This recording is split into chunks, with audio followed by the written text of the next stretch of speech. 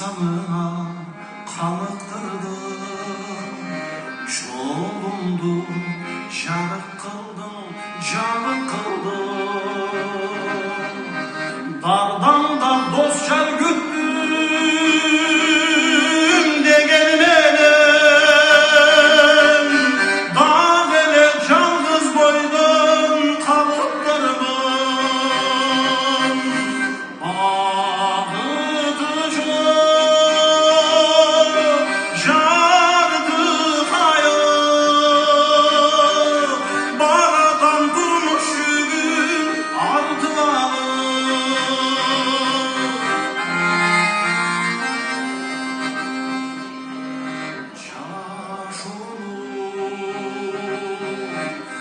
Var değilsin düşündüğümden, yalnızdım, can kabadı, üşücüren, can düğünün çılılığa muhtaç olur, merimdi men özümden güdükçüren,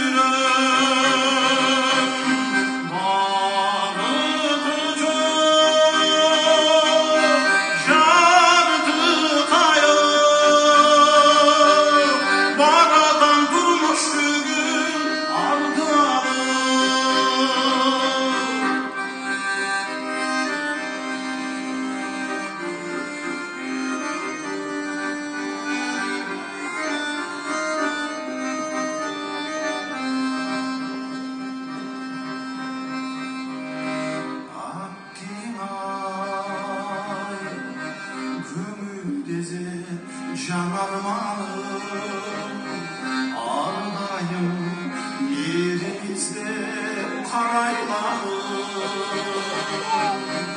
gününü gümüş tatlım bir öğrettim,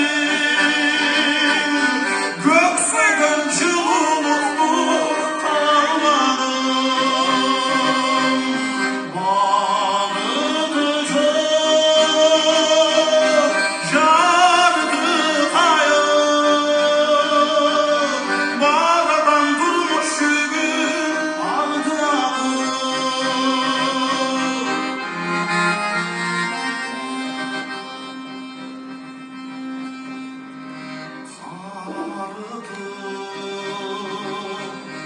faydası çok aycılardı, kaldakta hayran ömür kaldırlandı, kaldı aylana